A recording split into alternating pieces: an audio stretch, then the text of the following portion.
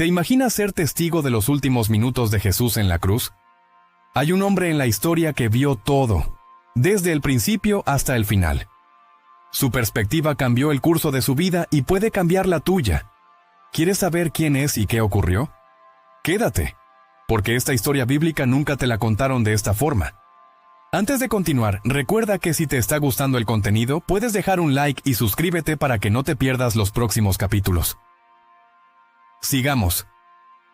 Cuando Jesús estaba en la cruz, muchas personas le insultaron a él. Sin embargo, una persona se detuvo en ese momento y se arrepintió rápidamente. Este individuo estaba cerca suficiente del Señor para tener una conversación con él.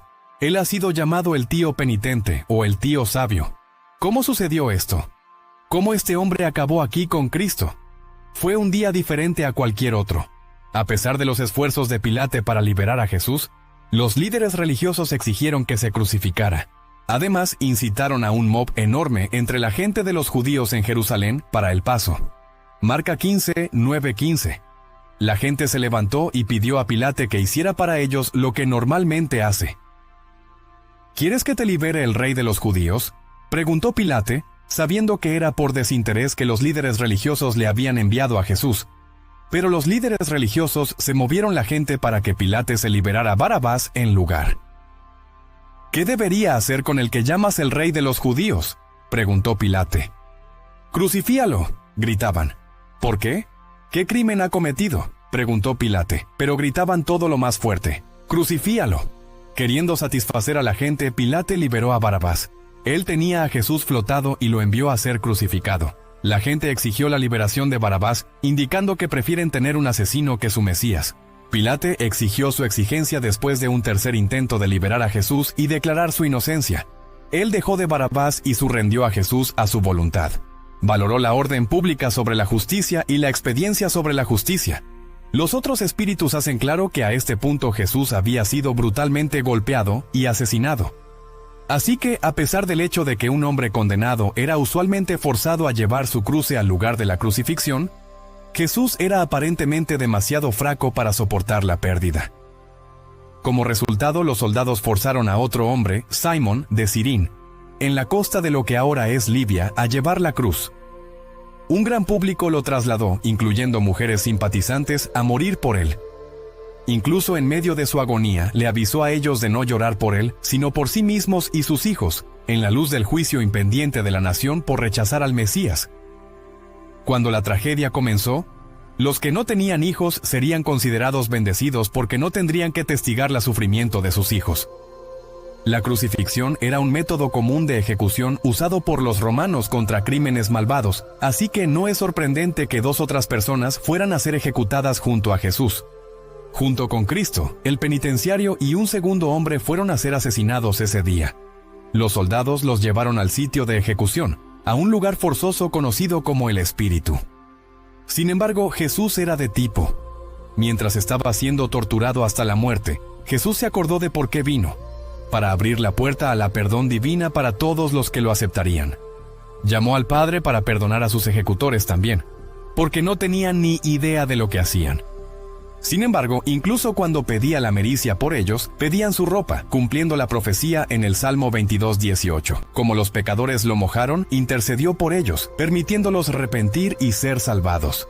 Salmo 22:18. Ellos dividen mis ropas entre ellos, y por mi ropa gastan muchos. Los líderes religiosos judíos que soñaban con este día, mojaron a Jesús mientras se sentaba en la cruz. Los mojaron y le pidieron que se salvara si era realmente el Mesías de Dios. Sin embargo, solo podía proporcionar la salvación por permanecer en la cruz y sacrificar su propia vida. Los líderes religiosos celebraron su victoria, pero habían perdido su misión.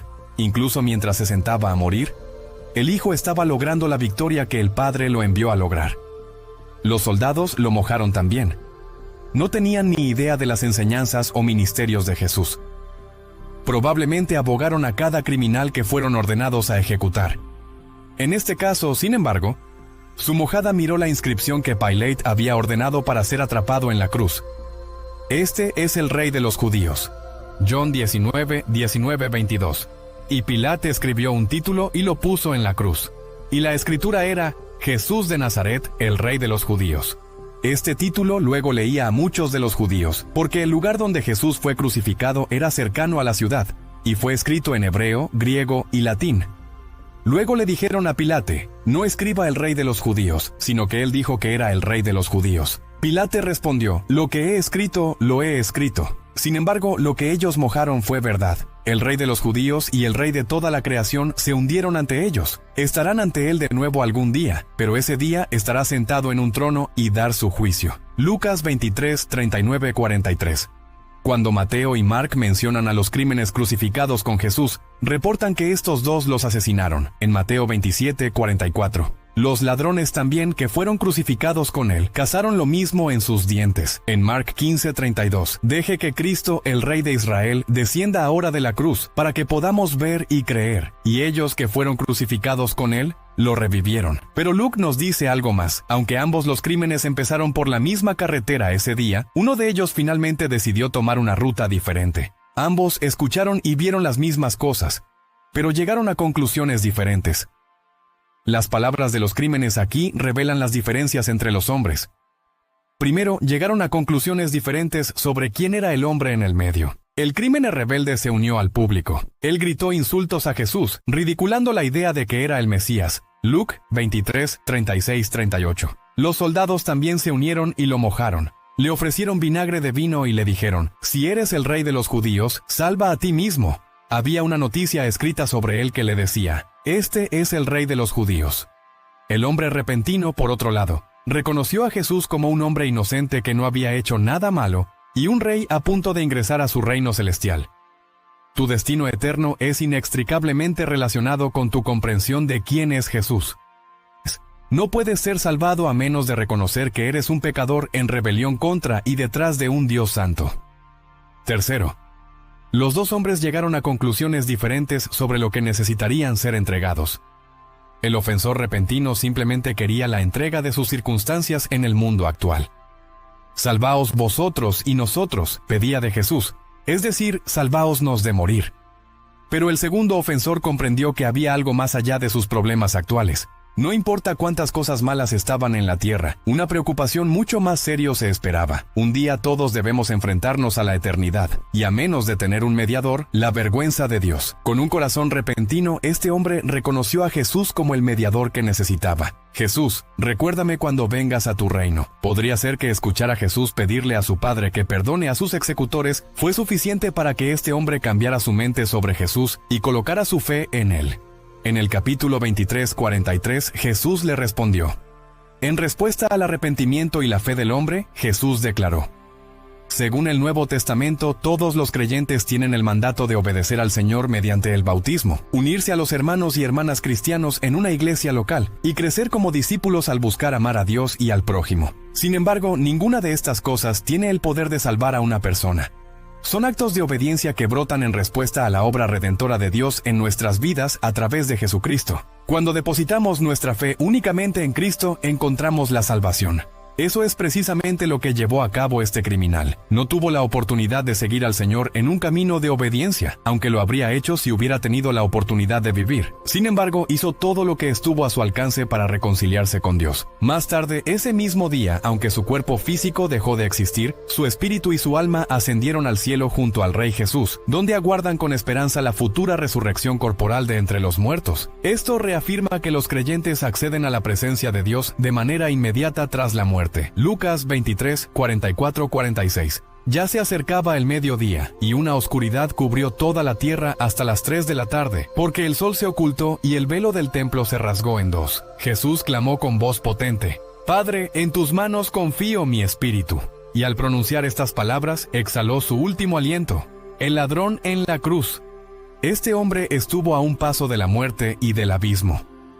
En el último instante, ese alma perdida recibió la gracia divina y fue maravillosamente redimida. En la cruz, Jesús entregó su vida por nuestras transgresiones. Uno de los ladrones encontró su final en el pecado, mientras que el otro se liberó del pecado y fue redimido. En un momento y un lugar donde menos lo imaginaríamos, un hombre, impulsado por la fe, extendió su mano y reclamó la misericordia de Cristo. El arrepentimiento del ladrón. Los dos ladrones señalaban a Jesús cuando se alzaron las 3 cruces, pero algo transformó el corazón de uno de ellos. sus palabras reflejan todas las cualidades del verdadero arrepentimiento.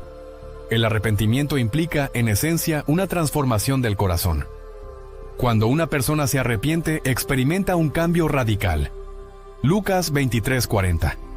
Pero el otro, respondiendo, lo reprendió, diciendo: ¿acaso no temes a Dios estando bajo la misma condenación? Todo lo que sabemos es que él es un criminal, según las Escrituras. Sin embargo, al ser un ser humano, entendemos que poseía una naturaleza pecaminosa. Este hombre había tomado decisiones desafortunadas y ahora se encontraba en la cruz, pagando el precio por los errores que había cometido. Sin embargo, se podía percibir una transformación en su corazón. Ahora su espíritu estaba lleno de un profundo arrepentimiento. Soy el desafío, confesó. También experimentó una transformación en su perspectiva sobre el pecado. Lucas 23:41. Nosotros, en verdad, recibimos con justicia lo que merecen nuestras acciones, pero este hombre no hizo nada malo. Eso es lo que significa el auténtico arrepentimiento. Reconozco que he fallado, y que ese fallo es grave y merece ser sancionado, expresó en esencia. El arrepentimiento conlleva una transformación del corazón hacia el Salvador. Creo que lo que presenció en la cruz llevó a Jesús a una profunda reflexión. Nadie ha enfrentado la muerte en una cruz como lo hizo Jesús. Al escuchar a Jesús pedir perdón por quienes lo torturaban, debió sentirse completamente asombrado. Entonces sus ojos se posaron en el letrero que se encontraba sobre la cabeza del Señor Jesús. A eso me refiero con el primer tratado evangélico. Fue creado especialmente para el ladrón en la cruz. Fue el susurro divino en su corazón cuando alzó la vista y comprendió que aquel hombre que yacía en la cruz del medio no era un ser ordinario. La súplica del ladrón. La súplica siempre se acompaña del verdadero arrepentimiento. Cuando adquieras una nueva visión sobre el pecado, sobre ti mismo y sobre el Señor, estarás listo para dar este paso de fe y solicitarle al Señor Jesús que te recuerde con compasión estas 9 palabras: Señor, acuérdate de mí cuando vengas a tu reino. Son bellas y profundas. Así inicia la historia. Debes reconocer que lo anhelas. Solo necesitas pronunciar: Señor, ten presente de mí. Con confianza, acércate a Él. No solo es fácil este camino de redención, sino que también debemos admirar la sinceridad del ladrón. Clamaba entre los intensos dolores que desgarraban su cuerpo en la cruz. Según la Biblia, si alguien confiesa al Señor Jesús con su boca y cree en su corazón, encontrará la salvación. Romanos 10:9. Si confiesas con tu boca que Jesús es el Señor y crees en tu corazón que Dios lo resucitó de entre los muertos, alcanzarás la salvación. Dios declara: todo aquel que invoque el nombre del Señor será salvo. Joel 2:32. Y todo aquel que invoque el nombre del Señor será salvo. Porque en el monte Sión y en Jerusalén habrá redención, como proclamó el Señor, y entre el remanente al cual Él llame. Romanos 10:13. Porque todo aquel que clame el nombre del Señor será salvado. Así lo afirma Dios. Tú lo haces y Él lo hará. Él lo hará si tú lo anhelas.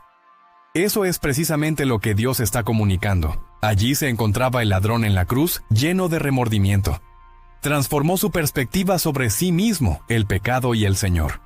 Su súplica es simple: Señor, ten presente a mí cuando llegues a tu reino. La salvación del ladrón. La certeza de la salvación del ladrón se halla en las palabras de Cristo.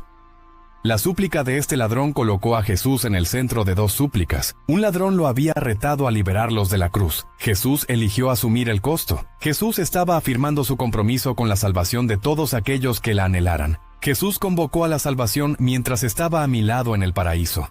2 Corintios 12:4. ¿Cómo fue llevado al paraíso, donde escuchó palabras indescriptibles que no le es permitido al ser humano expresar? Apocalipsis 2:7. El que tiene oído, escuche lo que el Espíritu comunica a las iglesias. Al que triunfe, le otorgaré el privilegio de alimentarse del árbol de la vida, que se encuentra en el corazón del paraíso de Dios.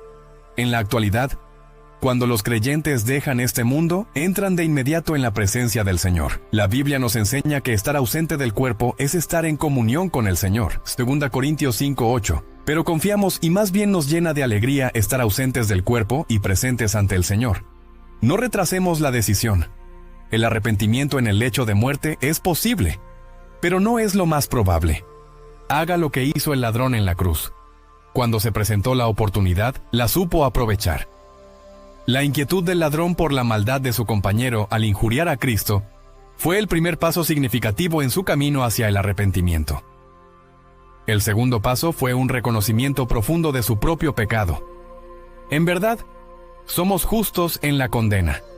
Recibimos la recompensa que merecemos por nuestras acciones. El tercer paso fue una afirmación contundente de la inocencia de Cristo. Este hombre no había cometido ninguna falta. El cuarto paso fue confiar en la capacidad y la disposición de Jesucristo para ofrecerle salvación. Se acercó a un crucificado y lo llamó Señor, proclamando su fe en su reino. La oración fue el quinto paso. Mientras estaba colgado en la cruz, clamó a Jesús y le pidió que intercediera por él. El sexto y último paso era abrazar la humildad. Elevó su súplica a nuestro Señor, pidiendo que no olvidara. Estos 6 puntos deben permanecer en nuestra memoria, siempre en conexión con el ladrón arrepentido. Le quedaba muy poco tiempo para demostrar su transformación, pero ese tiempo fue utilizado de manera valiosa. Pocas personas en su lecho de muerte han dejado testimonios tan impactantes como los de este hombre. El otro criminal reconoce que Jesús es algo más que un engañador y que reinará como soberano. La respuesta de Jesús le garantiza que disfrutará de una experiencia plena de comunión con Él en el paraíso, sin necesidad de esperar un evento futuro. Esta palabra persa, que ha sido traducida al griego, evoca un lugar de belleza y deleite. Se empleó en Génesis 2:8 para aludir al jardín del Edén y a la felicidad que simboliza ese jardín. Si esta historia te sorprendió, no puedes perderte nuestro próximo video, donde explicamos otro momento impactante de la Biblia que sigue marcando vidas. Suscríbete al canal y activa la campanita para no perderte ninguno de estos relatos. Nos vemos en el próximo